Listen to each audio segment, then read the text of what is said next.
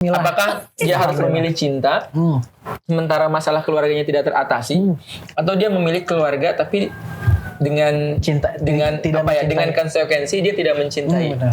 Kalau bisa dibilang mungkin begitu ya, dia harus menikah. Mungkin kalau ngikutin keluarga, menikahi seseorang pilihan keluarga, masalahnya selesai, masalah keluarganya. Tapi kalau dia ngikutin dirinya sendiri nih, mencintai seorang laki-laki yang dicintainya, maka laki-laki itu juga tidak bisa ngasih solusi buat keluarganya. Seberat-beratnya masalah keluarga gitu ya, permasalahan keluarga, orang tua mana sih yang ingin anaknya sengsara? Betul sekali. Setidaknya kan orang tua tuh pasti ada hati yang ya namanya anak gitu kan, dibesarkan gitu kan, maksudnya kan mungkin pasti ada titik di hatinya yang dia pasti mengertikan juga keadaan anaknya Iya, gitu. pastilah dari ibu ke anak kan sangkut pautnya misalnya sangat dekat misalnya gitu. kan begitu, apa kan dari situ kan bisa apakah ada solusi yang lain terus.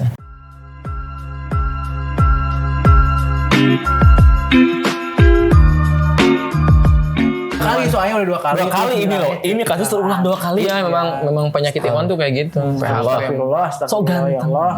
Ampunilah ya Allah. So ganteng juga nih. Ada lagi Om? Aduh. Oke, boleh silakan. Ternyata teman-teman gue banyak juga nih. Oh, yang- iya. Teman-teman. Temennya banyak masalah. Dari mana ya?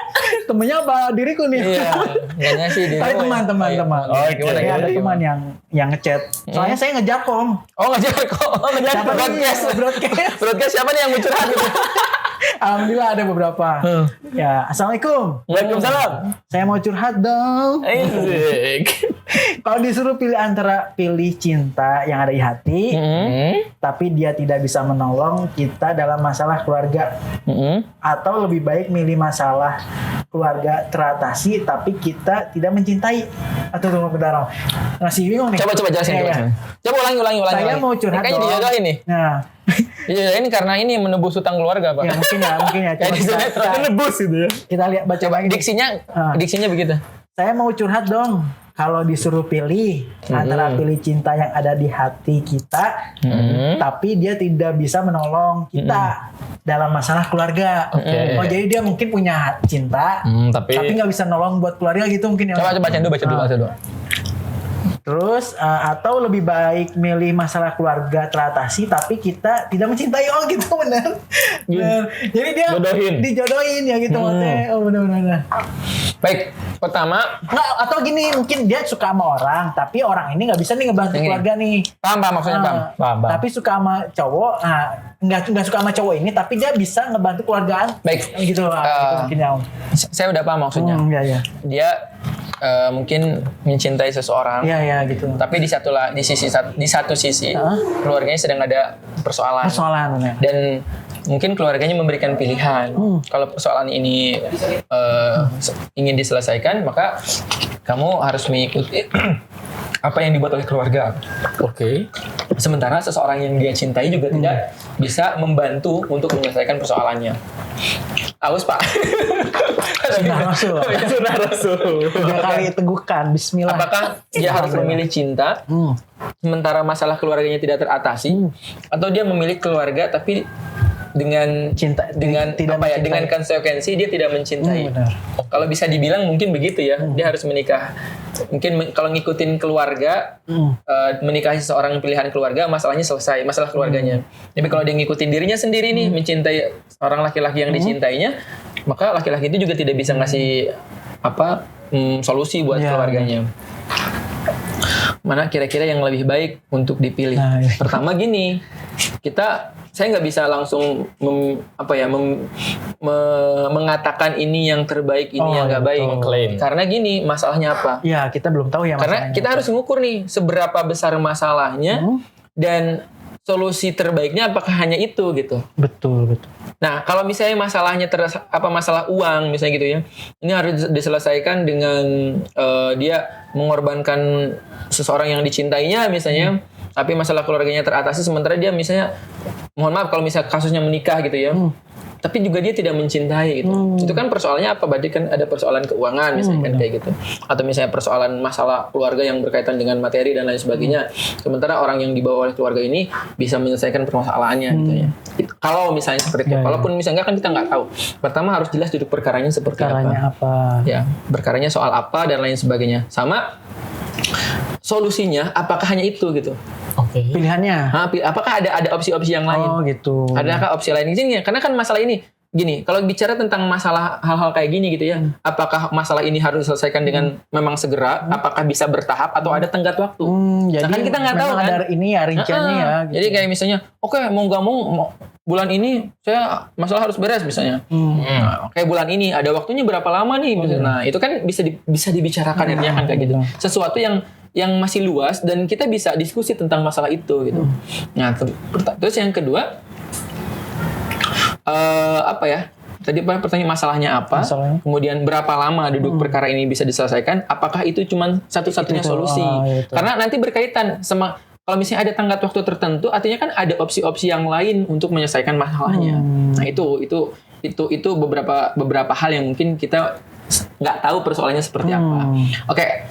Berlepas daripada itu semua, mana yang sekiranya harus dipilih itu kan antara keluarga atau cinta. Ibaratnya kan begitu ya. Benar. Memilih keluarga tapi tidak mencintai, Berarti. memilih yang dicintai tapi juga tidak mendatangkan kebaikan untuk keluarga misalnya. Gitu. Buah semalakama ya ini. Ya, Buah itu. Pertama gini. Pertama buat yang bertanya mungkin teteh gitu ya. Teteh. Teteh. Oh, teteh yang bertanya. Apakah masih ada ruang untuk berdiskusi dengan keluarga, gitu ya? Apakah masih ada ruang untuk berdiskusi dengan keluarga terkait persoalan ini, gitu ya? Kalau sekiranya ada ruang untuk berdiskusi dan bisa dicarikan solusinya bersama itu jauh lebih baik. Oke. Gitu ya. Kalau misalnya Kang keluarga udah fix, dia keluarga udah solusi dari keluarga udah nggak bisa diganggu gugat, udah berubah begini dan lain sebagainya. Apakah memilih pilihan keluarga itu menjadi yang terbaik? Nah, saya nggak bisa langsung mengatakan iya atau enggak, karena saya nggak tahu yang dipilih keluarga itu apa. Gitu. Gini, kita wajib, bahkan mungkin ada satu keutamaan ketika kita tuh mengikuti apa yang direkomendasikan oleh keluarga dengan catatan yang direkomendasikan itu sesuatu yang baik, bermanfaat, dan dalam artian dari sudut pandang agama juga membawa kemaslahatan baik untuk dirinya maupun untuk keluarganya gitu. Artinya kalau misalnya dia adalah seorang laki-laki misalnya, ya laki-laki itu adalah laki-laki yang baik, laki-laki yang solih, laki-laki yang bisa menjaga, menjadi pemimpin dalam keluarganya kelak misalnya. Kalau babnya masalah itu gitu ya. Maka ya kita berserah diri kepada Allah Subhanahu wa taala, beristikharah kepada Allah Subhanahu wa taala, minta ketetapan, minta keyakinan hati, minta diberikan mana yang terbaik daripada pilihan ini. Ini kan babnya kita di antara dua pilihan gitu ya.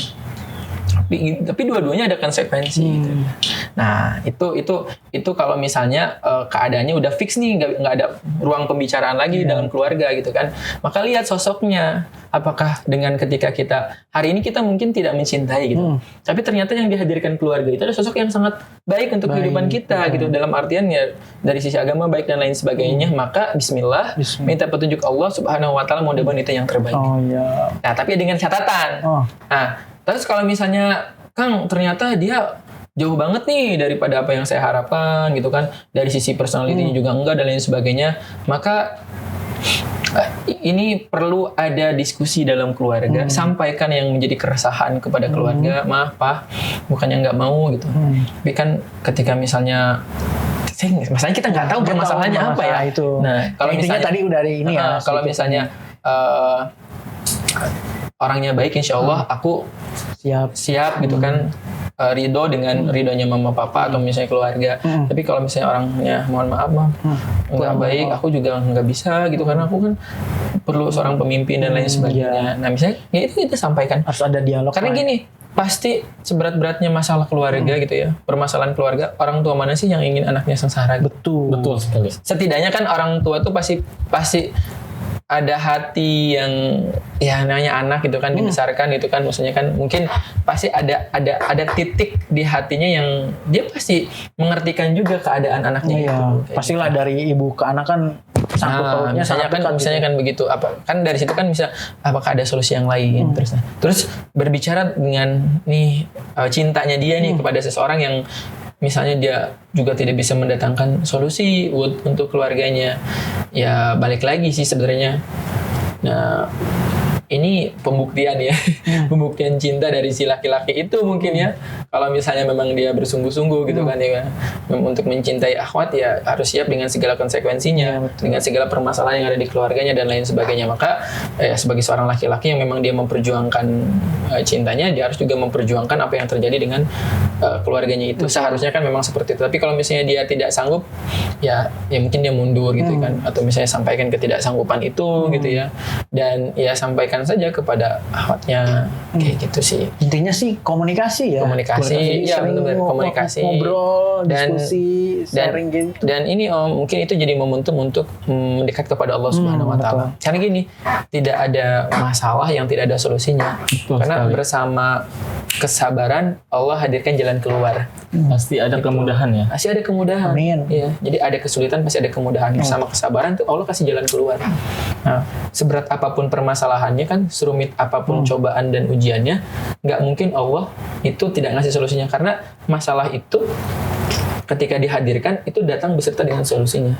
Nah, hanya terkadang, ini tugas kita nih sebagai manusia, sebenarnya Allah tuh ngasih hikmah nih dengan persoalan itu, bahwa ketika kamu tidak menemukan lagi solusi gitu ya, ketika kamu tidak menemukan lagi cara untuk menyelesaikan persoalannya, sebenarnya itulah titik di mana kita untuk kembali kepada Allah Subhanahu Wa Taala.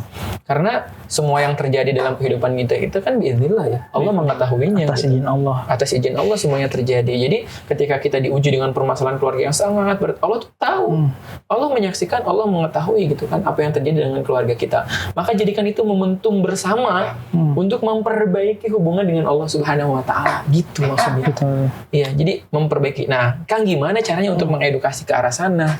Kan saya nggak mungkin seorang anak ngomong itu kepada orang tua. Nah, maka di sini memang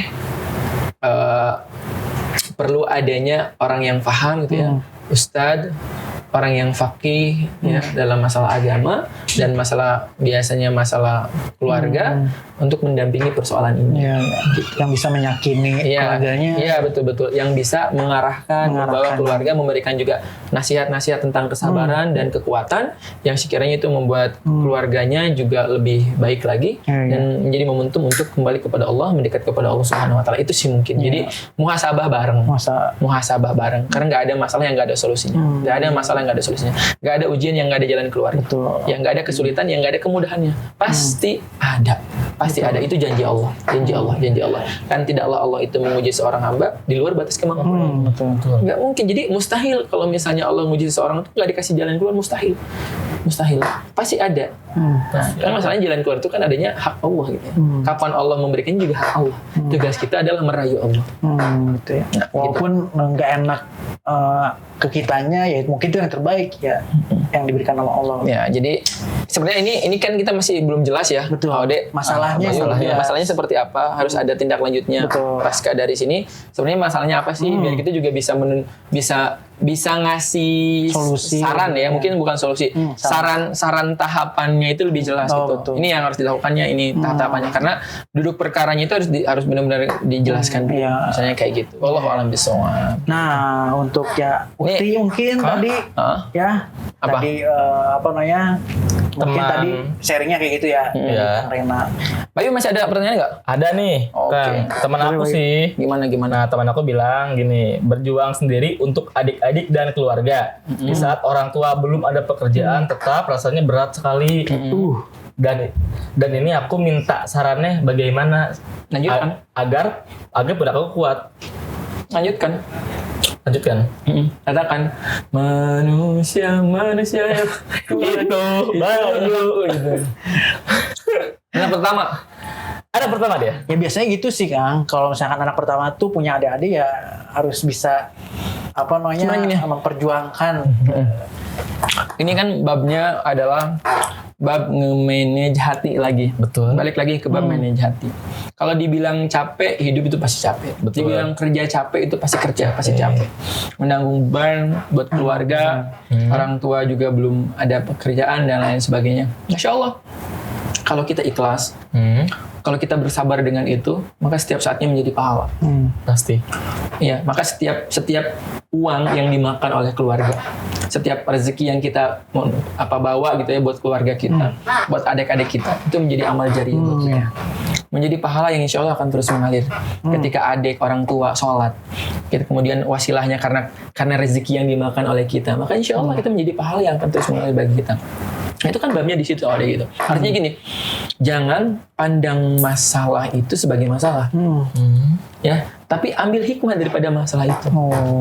Karena kalau kita pandang masalah itu sebagai masalah, malah jadi masalah. Pusing ya. Pusing. Makanya kan saya pernah bilang tuh kemarin tuh, masalah itu jangan banyak dipikirin, tapi banyaknya dizikirin. Oh iya. Betul sekali. Iya, karena masalah, Catat ya. Catat. persoalan, ujian, masalah, cobaan, makin banyak dipikir, makin pusing. Makin banyak dipikir, makin depresi. Makin banyak dipikir, makin sulit solusinya. Oh. Iya nggak? Tapi ketika masalah itu datang, bukan nggak boleh dipikirin. Dipikirin, tapi jangan terlalu dan banyak dipikirin. Banyaknya apa? Banyaknya dizikirin. Zikir itu apa sih? Mengingat Allah. Zikrullah. Iya, Dizikirin. iya. Masalah itu kita tarik kepada domain untuk kita meminta solusi kepada Allah Subhanahu wa taala. Ya Allah, aku lagi ada masalah. Ya Allah, aku sedang diuji. Ya Allah, aku sedang ada persoalan. Persoalannya begini. Ya Allah, aku tahu Engkau Maha mengetahui. Engkau Maha menyaksikan. Aku tahu Engkau Maha memudahkan. Aku tahu Engkau Maha penolong. Tidak ada yang luput daripada penglihatan-Mu ya Allah, misalnya kayak gitu. Jadikan aku orang-orang yang sabar dengan masalah ini. Itu yang pertama. Makanya ya ayyuhalladzina amanu ista'inu bis-sabri was-shalah. Innallaha ma'as-sabirin. Lihat. Orang sabar itu ya, orang sabar itulah orang yang dekat dengan Allah. Ada keutamaan, ada kekhususan Allah itu akan dekat dengan hambanya. Apa kekhususan itu? Terkhususnya adalah untuk orang-orang yang sabar. Innallaha ma'as-sabirin. Sungguhnya Allah itu bersama orang-orang yang sabar. Ingat, ketika kita bersabar dengan ujian, ketika kita bersabar dengan persoalan, maka Allah akan dekat dengan kita. Ya, Allah akan dekat dengan kita. Ini makanya sabar itu kan babnya bab di hati. Ya, babnya bab di hati. Nah, ini fungsinya kita kemudian memanage hati, mentazkiyatun nafs, mengambil hikmah dari setiap persoalan atau ujian yang sedang kita hadapi. Tujuannya agar apa? Agar ketika kita lelah, nggak terasa lelahnya karena lillah semuanya. Masya Allah. Tuh. Jadi bukan berarti lelah itu hilang lelahnya, enggak.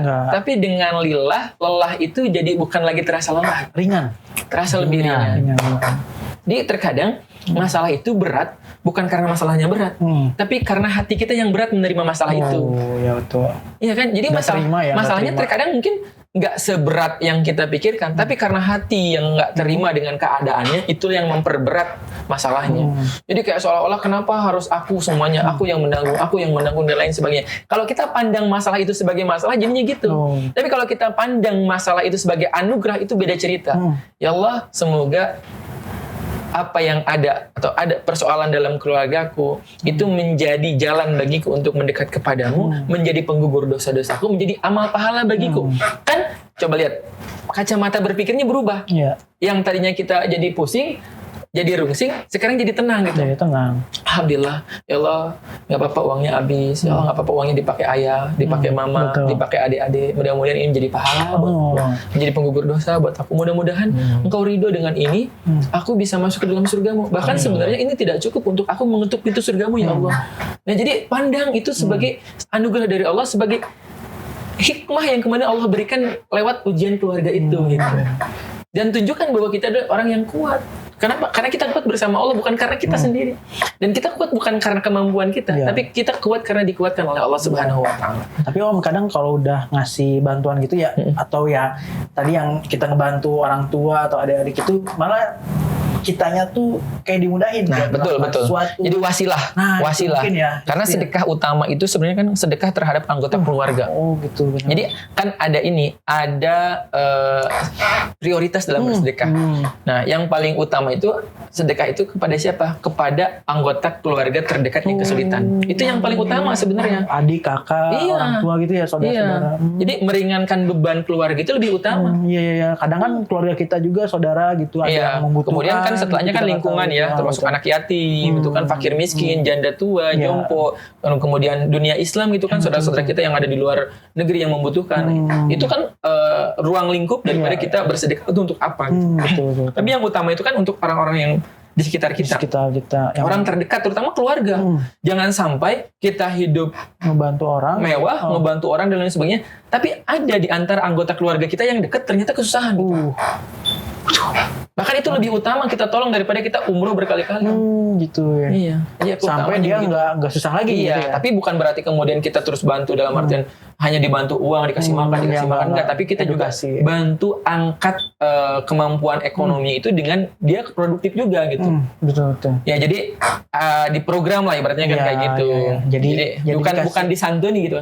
Usahakan ya gini, formatnya gini, harusnya gini. Kalau sekarang kita menyantuni, nah buat dia itu suatu saat juga bisa menyantuni orang lain. Jadi dari yang dia bisanya disantuni jadi menyantuni kayak gitu.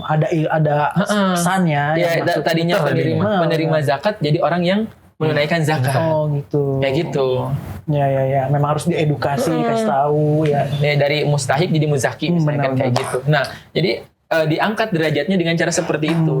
Ya memang ada kondisi di mana mungkin seseorang itu harus dibantu dengan uang secara langsung gitu ya. Tapi jangan selamanya juga terus kita berikan seperti itu, kecuali kalau misalnya kayak ini ya janda tua, orang fakir miskin yang udah sangat tua nggak punya pekerjaan, itu kan memang sudah ada kewajibannya. Tapi kalau misalnya dia anak yatim dan anak yatim itu tumbuh dewasa dan lain sebagainya, jangan terus disantuni. Tapi dibuatkan jalan bagi dia untuk bisa menyantuni yang lain. Walaupun saudara ya. Terutama malah saudara, diangkat sama-sama derajatnya. Jangan sampai kita kaya sendiri, saudara yang lain miskin gitu. Nah, itu kan kesenjangannya luar biasa gitu kan. Ada ke orang lain kita joro-joran gitu kan, buru-buruan gitu kan, yang nggak kenal dan lain sebagainya. Sementara ini ada saudara-saudara kita, paman, bibi kandung dan lain sebagainya. Mohon maaf dalam kesulitan gitu. Itu kan tidak sehat ya dengan kalau seperti itu. Yang utama kita angkat derajat keluarga bersama-sama. Sedekah itu berarti yang terdekat dulu ya, keluarga, saudara-saudara gitu. Allah bisa mengunci itu. Masya Allah. Ini gimana? Kita ini aduh.